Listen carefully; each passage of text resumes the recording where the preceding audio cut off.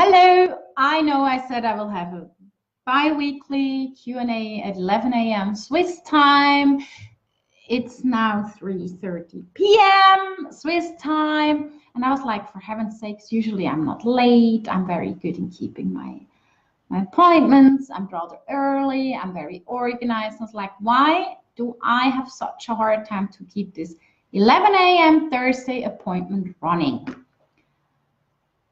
I have a coach. I always have a coach, actually. I never, ever without one, which doesn't mean that I'm being in coachings all the time and every time, but it means that I know and I'm well aware that having an outside support from others is healthy. So my coach was like, you need more visibility. And this is a topic that's very, very hard for me.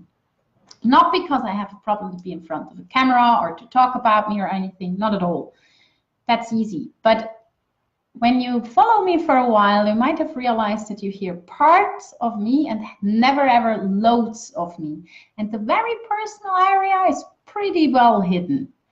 So making my visibility growing means that I have to be on time and be regularly somewhere live and let people be part of my life as well, which I love to have, but I don't like my part to be shared too much. So this is a technique to avoid looking in the mirror, the technique of being late or to forget what's written in my calendar, what I'm supposed to do.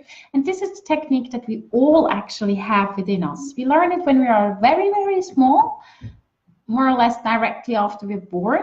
We realize if we cry, something happens, or if we're very decent children, something happens, or if we pretend to be extroverted when we are introverted. And all these things are different ways how to pretend or how to protect ourselves. The protecting part is much, much more important than the pretending part. Pretending is something we do very often while we're teenagers. Protecting ourselves, we do in general the whole life because we've been hurt from little things probably, or we're just very sensitive and don't know how to deal with it and all that stuff. And I have learned, I grew up being a very sensitive person, and I've learned when I am connected to my heart, I can't get hurt as much as I thought I would ever be able to be hurt. So connecting to your heart is something that I totally suggest to do for all of us, because it makes you stronger. It makes you softer, it makes you more sensible, and it makes you stronger. Does that work together? Yes, it does. Because being sensible, being soft is nothing weak. It's just being a step closer to who you are. And a little step you can start to do is by seeing yourself, looking at yourself, and that means get up in the morning, go in front of your mirror and say good morning to yourself. Either say good morning and your name, or good morning prince or princess, or good morning goddess, or whatever you feel like, but say good morning.